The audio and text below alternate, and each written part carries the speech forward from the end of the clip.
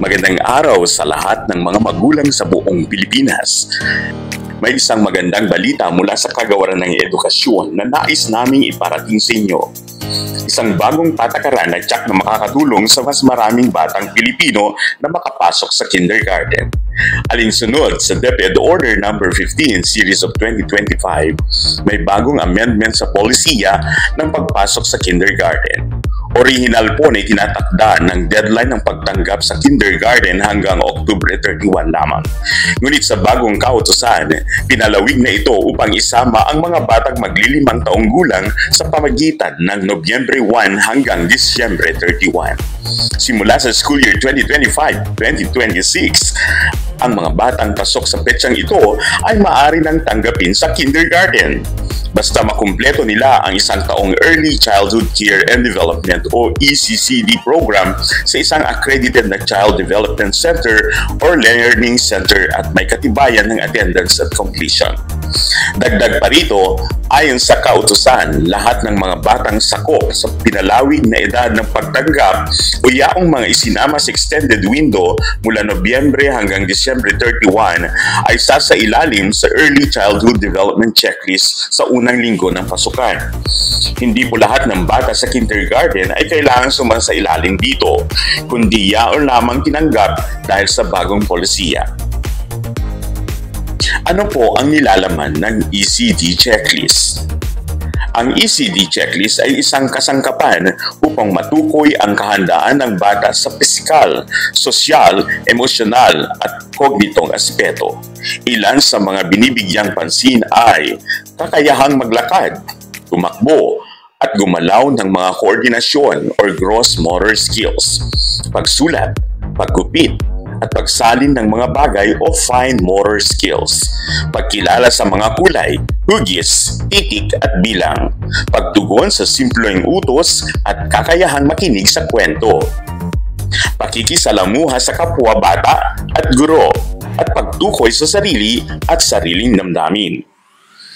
Ano po ang papel ng mga magulang?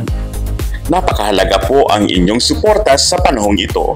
Ang mga magulang ay inaasahang magbigay ng kompletong dokumento ng EECD completion, makipag-ugnayan sa guro o sa school head sa schedule ng ECD assessment, magiging katuwang sa pagsubaybay sa development ng bata, magsusulong ng positibong pananaw sa pag-aaral ng bata, at tumulong sa paghahanda ng bata, emosyonal at pisikal sa pagpasok sa kindergarten.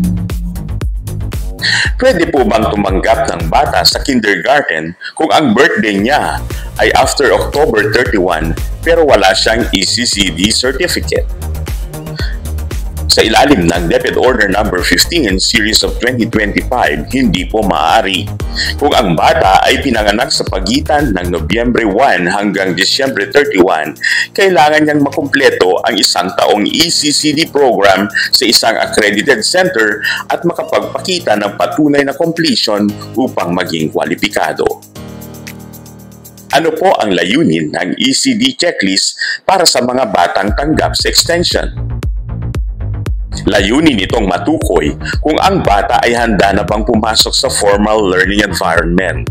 Ang resulta ay magiging basehan para sa mga guro upang maplano ang interventions o support na angkop sa kanyang developmental stage. Hindi po ito ginagamit para tanggihan ang bata, kundi upang gabayan sila sa mas maayos na transition.